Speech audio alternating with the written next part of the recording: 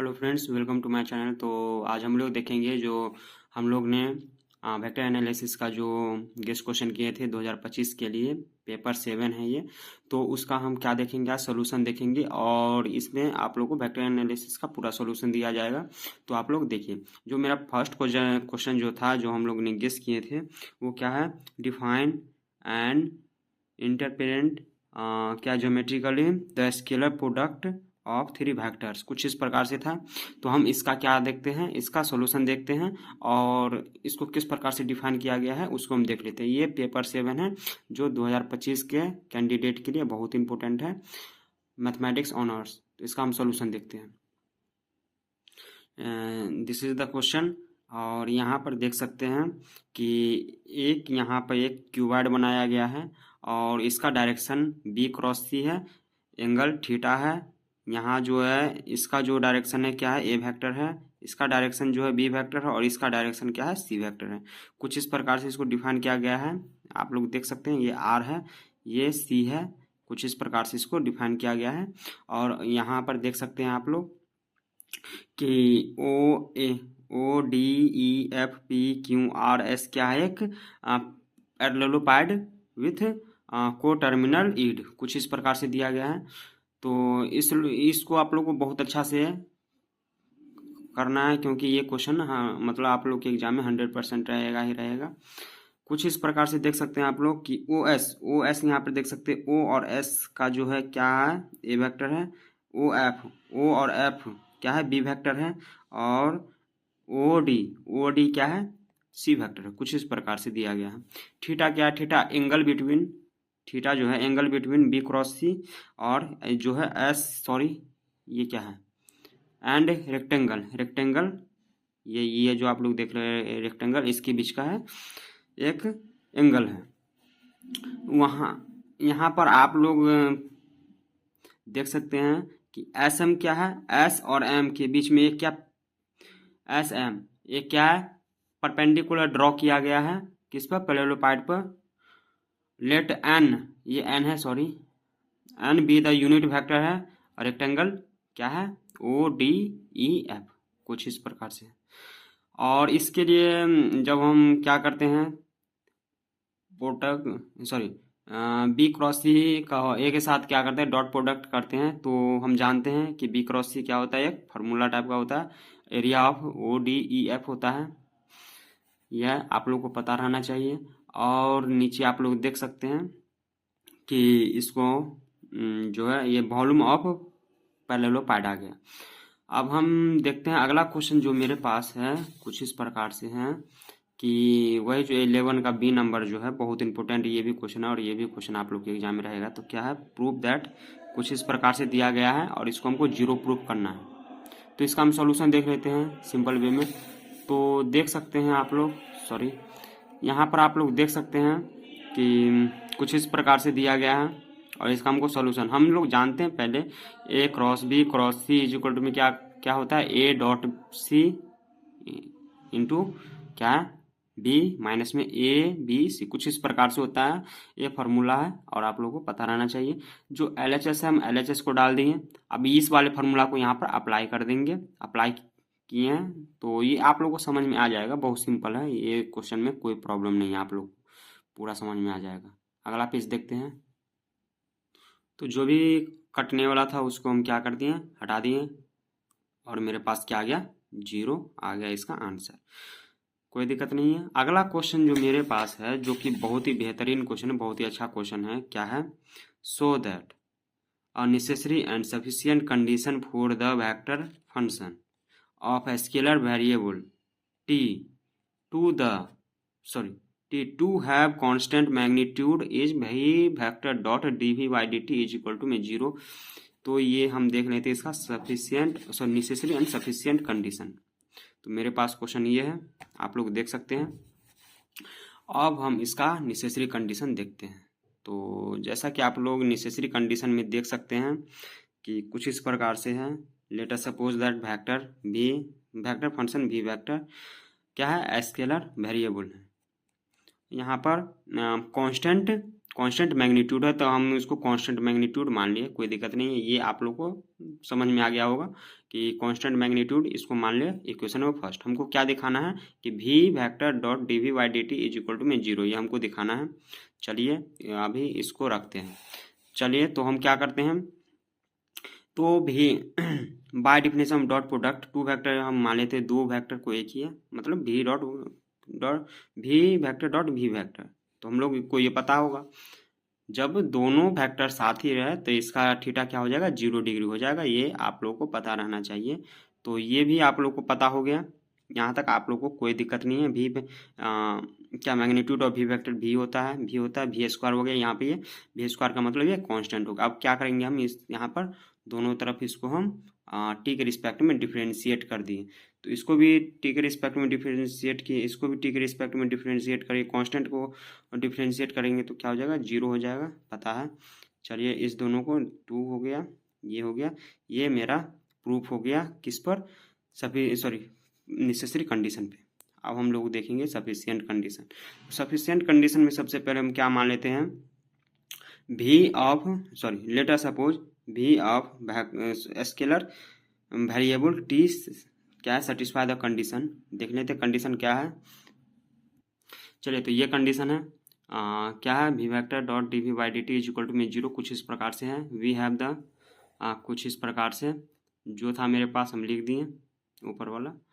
अब हम इधर क्या करेंगे, दोनों तरफ 2 से मल्टीप्लाई कर देंगे तो मेरे पास ये आ गया, पता आप लोग को चल जाएगा। तो 2 का मतलब क्या होता है, एक बार इसको लिख देते हैं, एक बार इसको, दोनों को जोड़ेंगे तो यही आ जाएगा, कोई दिक्कत नहीं। ये 0 है। अब हम इसको इसके जगह पर क्या लिख सकते हैं, D V dot V by D T कुछ इस प्रकार से लिख सकते हैं। ये तो बहुत सिंपल है। अब हम क्या कर सकते हैं, क्रॉस मल्टीप्लिकेशन करेंगे तो यहाँ पर डी कुछ इस प्रकार से और ये 0 से मल्टीप्लाई हो जाएगा। इंटीग्रेशन कर देंगे तो ये मेरे पास मोड भी इज इक्वल टू में क्या आ जाएगा, कांस्टेंट आ जाएगा, जो कि हमको यही प्रूफ करना था। तो यहाँ तक आप लोगों को समझ में आ गया। अगला जो क्वेश्चन है मेरे पास, जो कि बहुत ही बेहतरीन क्वेश्चन है, थोड़ा खतरनाक भी है लेकिन सिंपल है।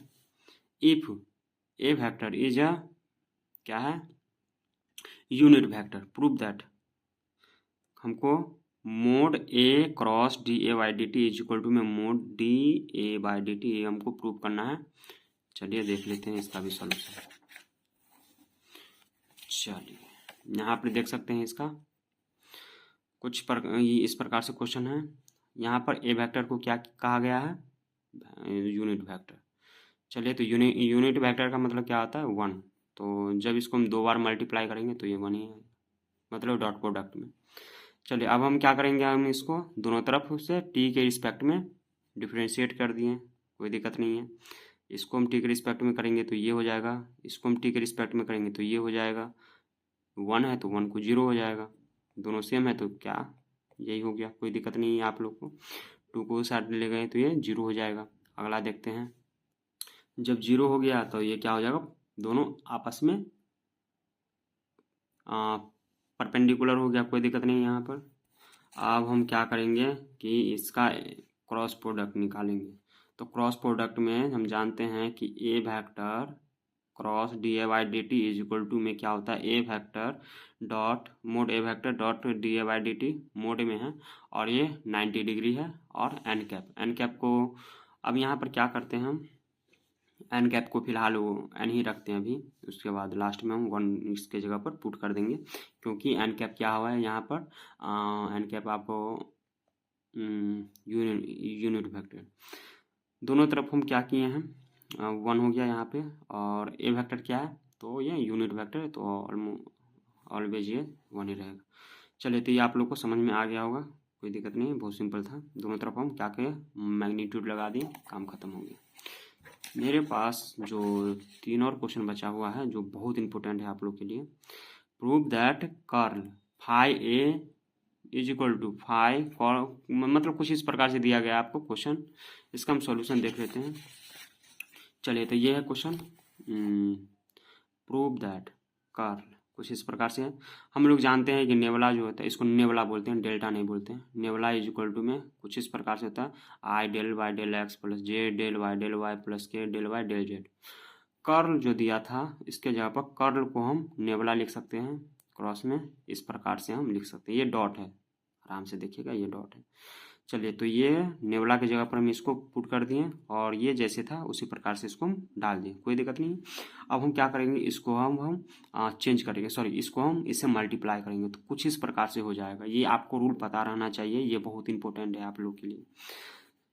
और ये क्वेश्चन हमारे हिसाब से ये पूछेगा ही, तो देख लीजिएगा। चलिए आई की जगह पर आई, और हाँ इसका जब आप डिफ्रेंशिएट कीजिएगा तो ये कुछ इस प्रकार से आ जाएगा। जे क्रॉस में इसका डिफ्रेंशिएट करिएगा तो ये आ जाएगा, के क्रॉस में इसका डिफ्रेंशिएट करिएगा तो ये आ जाएगा। सिंपल है, बहुत अच्छा क्वेश्चन है।